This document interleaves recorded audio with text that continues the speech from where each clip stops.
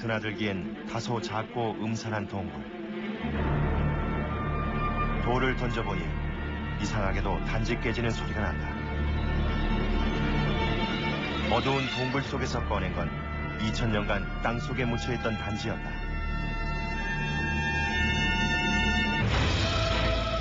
그리고 그 단지 속에선 세상을 깜짝 놀라게 한 사본이 발견됐다. 이곳에 숨어 살던 유대인들이 보던 기원전 2세기의 성서였다. 팔레스타인의 소수 민족들이 읽던 성서는 이제 2000여 개의 언어로 번역돼 전 세계에서 읽히고 있다.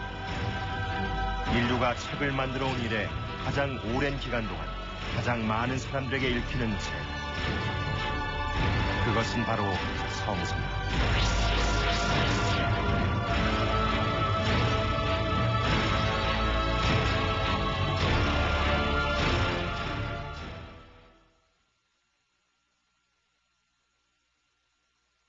인류 역사상 가장 많이 팔린 책, 그것은 바로 성서입니다.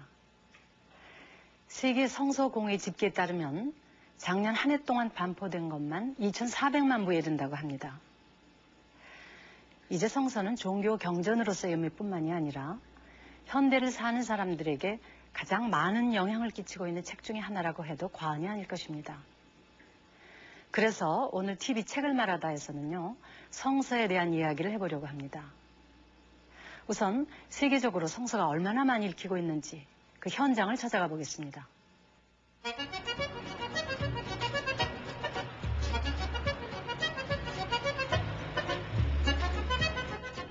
요즘 프랑스 서점가는 흥미로운 현상이 나타나고 있다. 베스트셀러 코너에 성서가 올라와 있는 것이다. 지난 8월 말 새롭게 번역된 이 성서는 출판된 지 3개월 만에 10만 부 이상이 판매되며 큰 인기를 얻고 있다.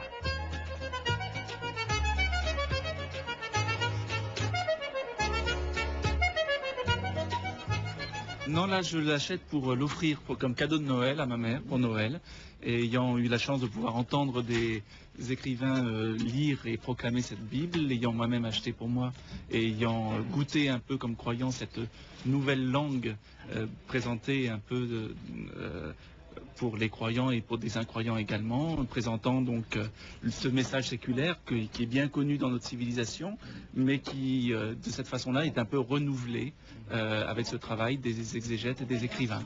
Donc en ayant profité moi-même, je suis content d'en faire profiter à l'occasion des cadeaux de Noël. 이 최신 번역판은 기존의 성서들과는 다르게 번역된다. 성서 연구가와 함께 이례적으로 20명의 현역 작가들이 번역 작업에 참여해 문학적이고 현대적인 성서를 만들어냈다. 무려 6년의 시간과 24억의 돈을 들여 새롭게 번역된 성서. 그리고 그에 대한 독자들의 열렬한 호응은 프랑스의 각종 언론에도 주목의 대상이 됐다.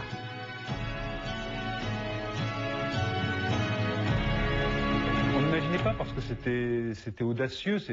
D'abord parce que c'était proposer un travail de traduction collectif, puisque chaque livre de la Bible, il y a 73 livres dans la Bible, chaque livre de la Bible a été confié à un spécialiste de la langue, l'hébreu, l'araméen ou le grec, et un écrivain français. Donc c'était une première de faire une traduction à deux voix en quelque sorte. Donc c'était quelque chose de compliqué, d'un peu audacieux, donc on n'imaginait pas que ça allait rencontrer un tel succès populaire en tout cas.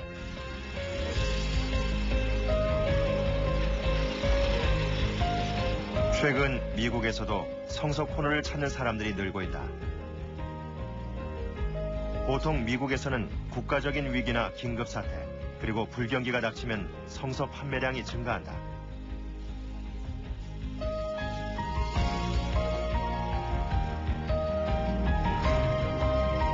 And then for the 4 to probably 6 weeks following 9/11, a significant increase of about 40% as far as our business is concerned. 미중유의 테러 사건으로 상처받은 많은 미국인들이 손에 집어든 것은 바로 성서였다. 테러 사건으로 인한 충격을 위안받고 정신적 피해를 입은 사람들에게 선물로 건네주기 위한 것이었다. Christian values, I think, with people went from kind of being the caboose of the train of their lives to the engine, and they realized that God may in fact have a plan for their lives, and that God doesn't promise us tomorrow, and as a result of that, we need to maybe pay closer attention to God's word and the message that it. 성서에 쓰여진 언어는 주로 이스라엘 민족의 전통적인 언어인 히브리어였다. 그러던 것이 바빌론 포로기 이후 예언자 에즈라에 의해 당시 일상 용어인 아람어로 쓰여지기도 했다. 이렇게 여러 언어로 쓰여진 각기 다른 문서들이 하나의 책으로 묶여진 것은 기원전 3세기. 알렉산드리아 지역에 사는 유대인들을 위해 여러 문서로 나뉘어 있던 성서를 한데 모아 그리스어로 번역하게 됐다. 이때 번역에 참여했던 사람이 모두 70명. 그래서 70인역이라 이름 붙여진 이 성서가 바로 구약 성서다.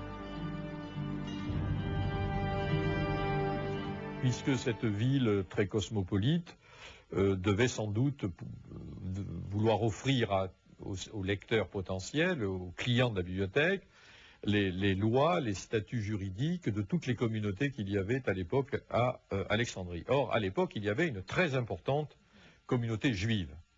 Donc, on demande aux Juifs de déposer leurs lois, si j'ose dire, et à ce moment-là, ils vont traduire en grec ce qu'on appelle, nous, le Pentateuque, ces 5 premiers livres. Grâce à la Septante, nous savons qu'il y a ce qu'on appelle un canon de l'Ancien Testament qui est en train de se former, c'est-à-dire une certaine fixation de cette bibliothèque que les chrétiens désigneront comme Ancien Testament.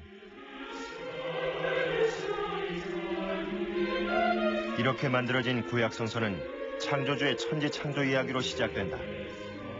태초에 창조주는 우주 만물을 만들고 가장 마지막으로 아담과 이브를 만들어 이 세상에 남자와 여자를 만들었다. 그러나 아담과 이브는 창조주와의 약속을 지키지 않아 결국 에덴 동산에서 쫓겨나고 만다.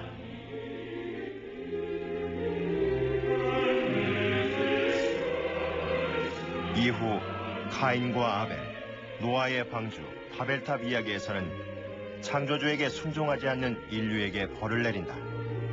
창조주와 인류의 관계를 설명하고 있는 것이다. 다음에는 창조주가 선택한 아브라함 가족의 이야기가 나온다. 아브라함의 손자인 야곱은 이스라엘이라는 이름을 얻는다. 이집트에서 박해받던 이스라엘 민족은 모세를 따라 이집트를 탈출한다. 이때 모세는 창조주로부터 언약을 받는다. 즉, 하나님의 말씀을 잘 지키면 젖과 꿀이 흐르는 땅 가나안으로 인도하리라는 것이다.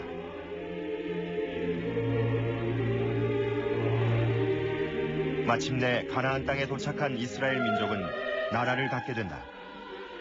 이때부터 기원전 587년 바빌론에 의해 이스라엘이 멸망할 때까지의 1000년 동안의 역사가 지도자를 중심으로 구약 성서에 기록되어 있다. 이스라엘 민족의 역사 외에 구약 성서엔 삶의 지혜와 격언이 담겨 있다. 온갖 시련을 감당해야 했던 욥의 이야기와 지혜의 상징인 솔로몬이 남긴 이야기 등이 전해진다. 그리고 구약 성서의 마지막 부분은 엘리야를 비롯한 예언자가 남긴 예언서다. 당시 상황에 대한 비판과 메시아, 즉 구세주의 탄생을 예언하고 있다.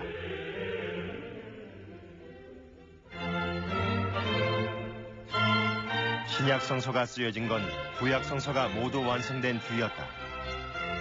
이스라엘 민족이 로마 제국의 지배를 받던 시절, 예수가 탄생한다. 예수의 생애와 순환 활동들이 기록되면서 또 하나의 성서, 신약 성서가 만들어진다.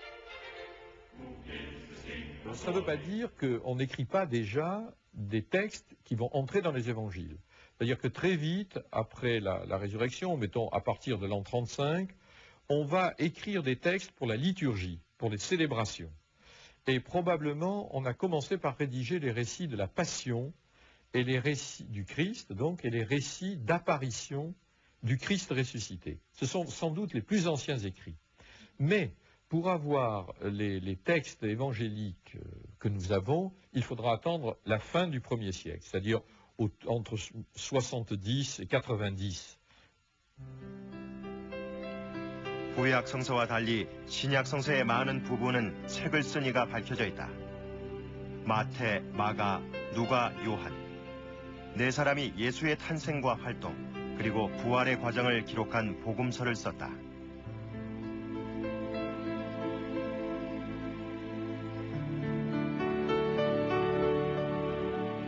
바울은 교회 공동체에 예수의 가르침을 전하는 서신을 많이 남겼다.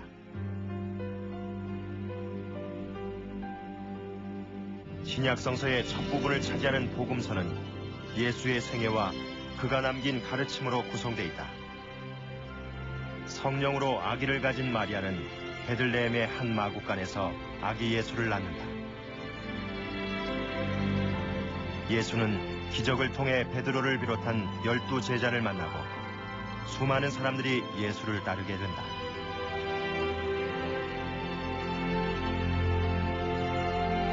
하지만 예수는 12 제자 중 한 사람이었던 유다의 배신으로 체포되고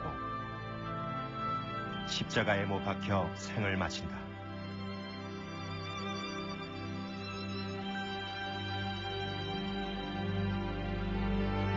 그러나 3일 만에 부활한 예수는 제자들 앞에 모습을 나타낸다.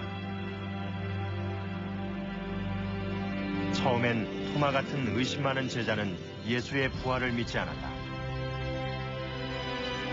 그 후 성령을 체험한 제자들은 열정적인 선교 활동을 한다. 이것이 로마 제국의 기독교를 뿌리내리게 한다. 바울은 당시 새로 생기는 교회에 예수의 말씀을 편지로 전했다. 신약 성서의 마지막은 요한이 남긴 예언서다.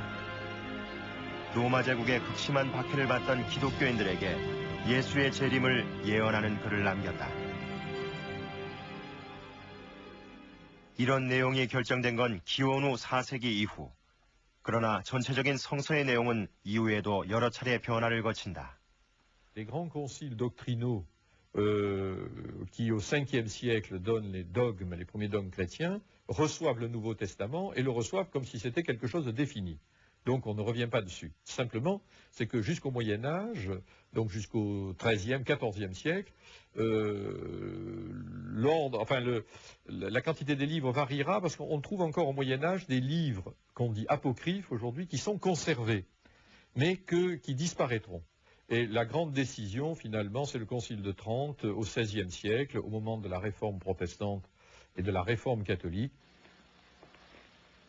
이렇듯 방대한 양의 이야기를 하나의 책으로 묶어내는 과정이 쉽지는 않았었던 것 같습니다. 구약 성서의 경우 수많은 문서들 가운데서 어떤 것들을 성서에 포함시켜야 하는지를 결정하기 위해서 아주 여러 차례의 회의를 거쳐야 했다고 합니다. 그 중에서도 가장 논란이 심했던 것이 아가서의 경우인데요. 남녀 간의 사랑의 이야기를 아주 사실적으로 표현하고 있었기 때문에 과연 이것을 성서에 포함시켜야 하는지 많은 논란이 있었다고 합니다. 어쩌면 이렇게 아주 어려운 과정을 거쳐서 완성된 것이었기 때문에 성서는 인류 최고의 역작이 된 것인지도 모르겠습니다. 그런데 성서가 처음으로 완성됐을 때 그것은 아무나 읽는 책은 아니었다고 합니다.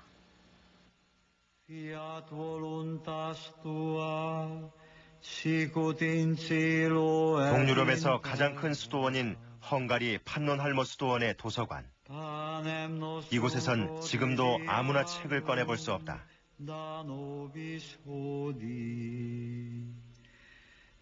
중세의 책들은 모두 수도원의 깊은 서고에 갇혀 있었다. 책을 만드는 양피지는 오늘날의 종이처럼 흔한 물건이 아니었다. 양 한 마리에서 나오는 가죽으로 겨우 2장의 양피지를 만들 수 있었다. 대형 성서 한 권을 만들기 위해서는 200여 마리의 양이 도살돼야 했다. 그래서 책 한 권만 가지고 있어도 부자로 여겨질 만큼 책은 귀한 것이었다.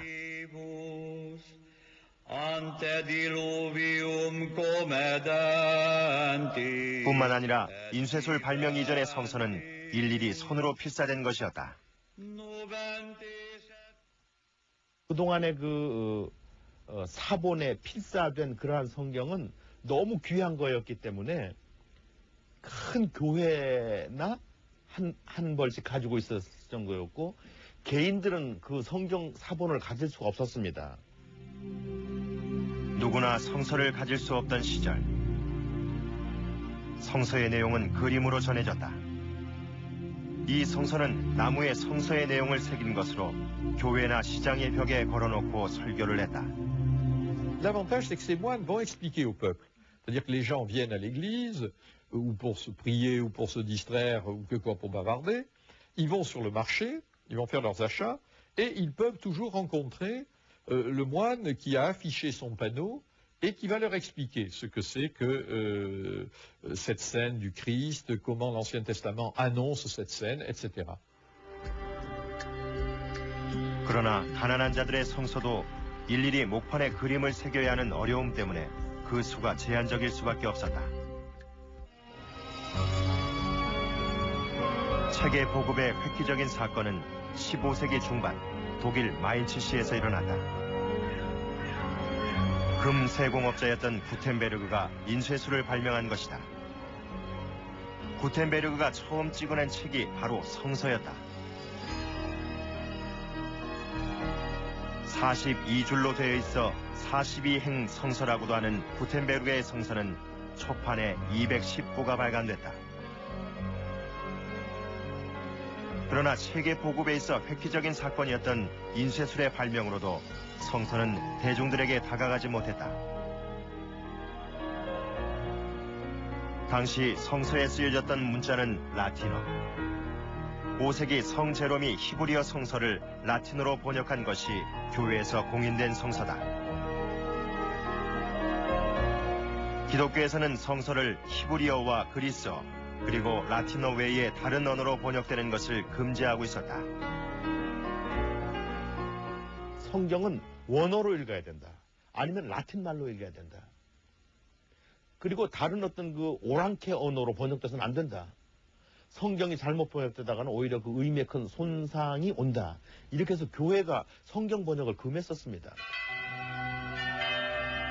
실제로 1382년 처음 성서를 영어로 번역했던 영국인 위클리프는 교회로부터 참혹한 처벌을 받는다. 위클리프의 경우는 그가 이제 그 1384년에 죽거든요.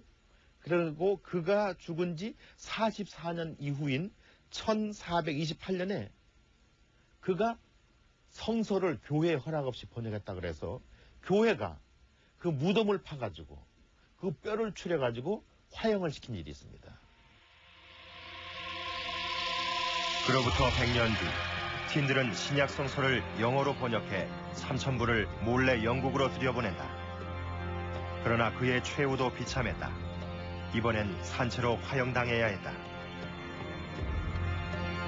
성서 보급의 획기적인 사건은 16세기 초반 종교 개혁자들에 의해 일어난다. 당시 교회의 부패상은 심각했다. 당시 성직자들은 죄를 면제해주는 면죄부를 판매하게 이르렀다. 이에 루터는 오직 성서만으로를 외치며 교회의 권위에 대항했다.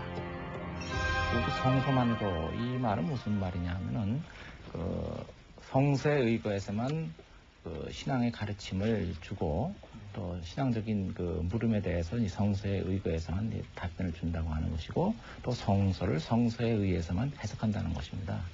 이처럼 종교개혁자들은 성서의 말씀에만 귀를 기울일 것을 요구했죠. 교황의 권위 대신 성서의 권위를 내세운 루터는 이제 성서를 사람들에게 돌려줘야 한다고 생각했다. 1521년 작센공의 도움으로 루터는 바르트부르크 성에 머물며 라틴어 성서를 독일어로 번역하기 시작했다.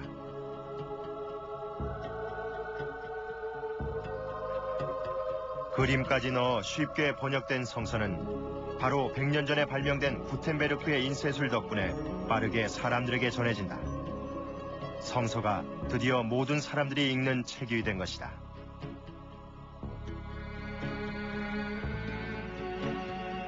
루터의 독일어 성서 번역 이후 성서 번역은 빠르게 확산됐다. 헝가리어와 에스파니어 등 유럽 일대에서 성서 번역 작업에 들어갔다. 그리고 영국에선 국왕의 지원으로 원전에 근거한 새로운 성서 번역 작업이 이루어졌다. 49명의 학자가 참여해 7년 만에 완성된 영어 번역본이다. 성서 보급은 유럽 일대에 그치지 않았다. 성서는 강대국들의 식민지 지배로 인해 전 세계에 급속도로 퍼져나간다. 강대국들의 어떤 세계 점령, 그것과 함께 또 교회가 그 흐름을 타고 교회의 어떤 열정적인 선교가 그 흐름을 타고 혹은 그 직전에 혹은 그 뒤따라가면서 앞서거니 뒤서거니 해가면서 그 선교를 한 것이 아마 오늘날 전 세계 기독교가 퍼진 원인이 아닌가. 그러니까 성경 번역하고 이 교회의 어떤 선교적인 어떤 열정, 이 둘이 딱 맞아 떨어진 겁니다. 기독교가 해외로 전파되면서 성서도 제3세계 언어로 번역되기에 이른다.